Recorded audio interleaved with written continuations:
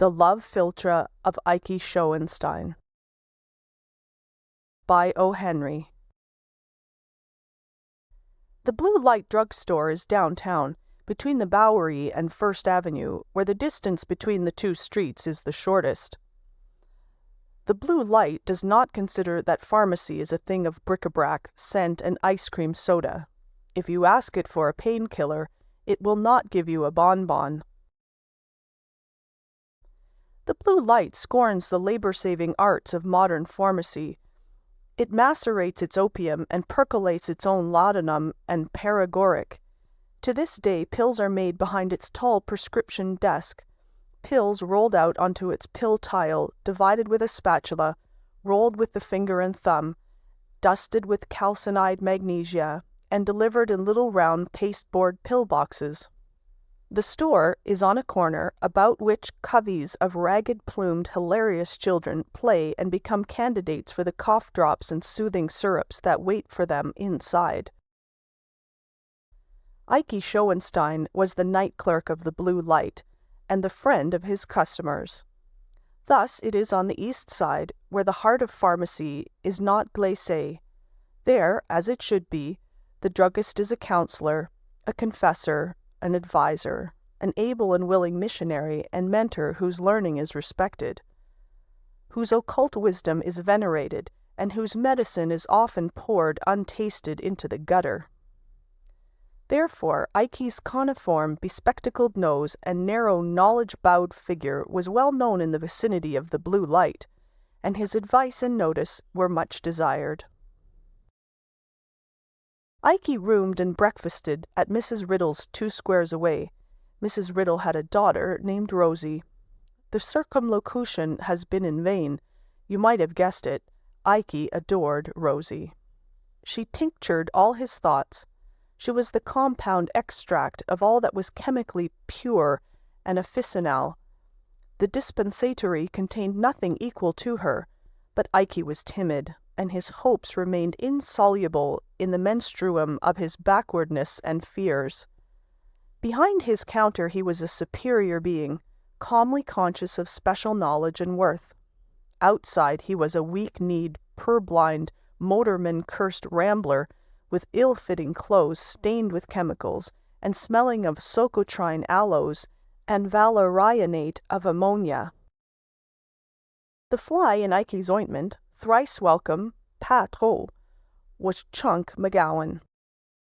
Mr. McGowan was also striving to catch the bright smiles tossed about by Rosy, but he was no outfielder as Ikey was. He picked them off the bat. At the same time he was Ikey's friend and customer, and often dropped in at the Blue Light drugstore to have a bruise painted with iodine, or get a cut rubber plastered after a pleasant evening spent along the Bowery. One afternoon McGowan drifted in his silent, easy way and sat, calmly, smooth-faced, hard, indomitable, good-natured, upon a stool. "Ikey," said he, when his friend had fetched his mortar and sat opposite grinding gum benzoin into a powder, "get busy with your ear. It's drugs for me if you've got the line I need." Ikey scanned the countenance of Mr. McGowan for the usual evidences of conflict, but found none. "Take your coat off," he ordered. "I guess already that you've been stuck in the ribs with a knife. I have many times told you those Dagos would do you up." Mr. McGowan smiled. "Not them," he said. "Not any Dagos. But you've located the diagnosis all right enough. It's under my coat, near the ribs. Say, Ikey, Rosy and me are going to run away and get married tonight." Ikey's left forefinger was doubled over the edge of the mortar, holding it steady. He gave it a wild rap with the pestle, but felt it not. Meanwhile Mr. McGowan's smile faded to a look of perplexed gloom. "That is," he continued, "if she keeps in the notion until the time comes. We've been laying pipes for the getaway for 2 weeks. One day she says she will. The same evening she says nixie. We've agreed on tonight, and Rosy's stuck to the affirmative this time for 2 whole days. But it's 5 hours yet till the time, and I'm afraid she'll stand me up when it comes to the scratch." "You said you wanted drugs," remarked Ikey. Mr. McGowan looked ill at ease and harassed, a condition opposed to his usual line of demeanor. He made a patent medicine almanac into a roll and fitted it with unprofitable carefulness about his finger. "I wouldn't have this double handicap make a false start tonight for $1,000,000, he said. "I've got a little flat up in Harlem all ready, with chrysanthemums on the table and a kettle ready to boil, and I've engaged a pulpit pounder to be ready at his house for us at 9:30. It's got to come off. And if Rosy don't change her mind again—" Mr. McGowan ceased, a prey to his doubts. "I don't see then yet," said Ikey shortly, "what makes it that you talk of drugs, or what I can be doing about it." "Old man Riddle don't like me a little bit," went on the uneasy suitor, bent upon marshalling his arguments. "For a week he hasn't let Rosy step outside the door with me. If it wasn't for losing a boarder, they'd have bounced me long ago. I'm making $20 a week, and she'll never regret flying the coop with Chunk McGowan." "You will excuse me, Chunk," said Ikey. "I must make a prescription that is to be called for soon." "Say," said McGowan, looking up suddenly. "Say, Ikey, ain't there a drug of some kind of powders that'll make a girl like you better if you give 'em to her?" Ikey's lip beneath his nose curled with the scorn of superior enlightenment, but before he could answer, McGowan continued, "Tim Lacey told me he got some once from a croaker uptown and fed 'em to his girl in soda water. From the very first dose he was ace high, and everybody else looked like 30 cents to her. They was married in less than 2 weeks." Strong and simple was Chuck McGowan. A better reader of men than Ikey was, could have seen that his tough frame was strung upon fine wires. Like a good general who was about to invade the enemy's territory, he was seeking to guard every point against possible failure. "I thought," went on Chuck hopefully, "that if I had one of them powders to give Rosy when I see her at supper tonight, it might brace her up and keep her from reneging on the proposition to skip. I guess she don't need a mule team to drag her away, but women are better at coaching than they are at running bases. If the stuff'll work just for a couple of hours, it'll do the trick." "When is this foolishness of running away to be happening?" asked Ikey. 9 o'clock, said Mr. McGowan. "Supper's at 7. At 8, Rosy goes to bed with a headache. At 9, old Parvenzano lets me through to his backyard, where there's a board off Riddle's fence next door.